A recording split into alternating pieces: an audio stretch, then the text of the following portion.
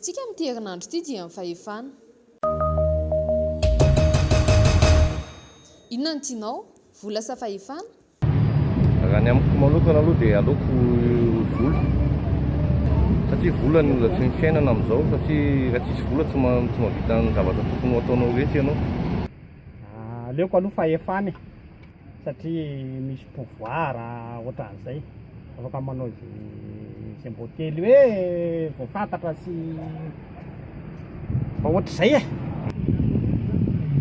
Raha hoe ny amiko manokana zany amin'izay aloha zany dia marina fa hoe samy tsara dolona ny volana ny Fahefana, kanefa indreo raha ny tena marina tsy azo irery havana. Dia raha ny tena marina zany manala sala zany raha amiko manokana vola sy ny Fahefana, satria samy raha ratsy fitondrana andreo zany dia samy atao hoe ratsy daholo ireo.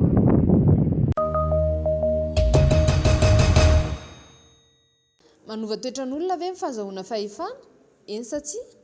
Manova toetran'olona ny fahazoana Fahefana satria ny antony lasa mihebohebo izy, lasa mirehary, lasa miova zany, lasa tsy mitakosina amin'ilay ambany tsony izy zany fa lasa mipetraka ho lehibe foana hoe zany mandidy sy manapaka. Tena manova be dia be mihitsy aloha raha izay e.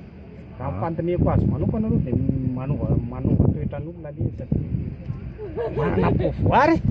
Tena mazava ho azy zany manokana an'izay kosa aloha, satria hatramin'izay ny hita fa izay fiovan'ny toe-tsain'ny tontolo izay no tena lesoka be ao anatin'ilay Fahefana. Satria ny ankamaroan'izy ireo zany izay milaza fa mahazo Fahefana dia atao hoe anasy ny tany sy ny rano, da eo anelanelan'izay koa ny fampijaliana vahoaka amin'ny alalan'ny fitantanana. Mbola mety amin'ny Madagasikara ve ny fanomezana Fahefana olon-tokana hanjakazaka amin'ny vahoaka? Hazavao ny hevitrao.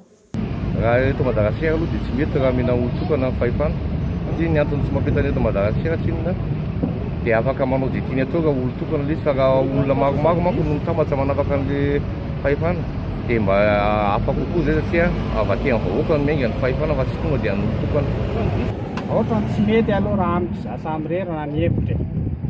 Satria olon-tokana zany tonga amin'ny loatra olon-tokana ve dia mbo vahoaka e.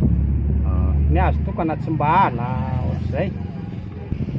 Mazava mihitsy raha amin'izao vanim-potoana sy andro iainan'ny vahoaka malagasy aloha zany dia tsy tokony hety amin'ny vahoaka intsony zany rehetra zany, satria izay nefa raha fijery azy ao anatin'izay ny hoe fitantarana tsy dia tsara, kanefa izay rehefa fampitona an'ilay Fahefana izay mihitsy no tsy mety, dika zany tsy mety amin'ny olon-tokana ny Fahefana eto Madagasikara.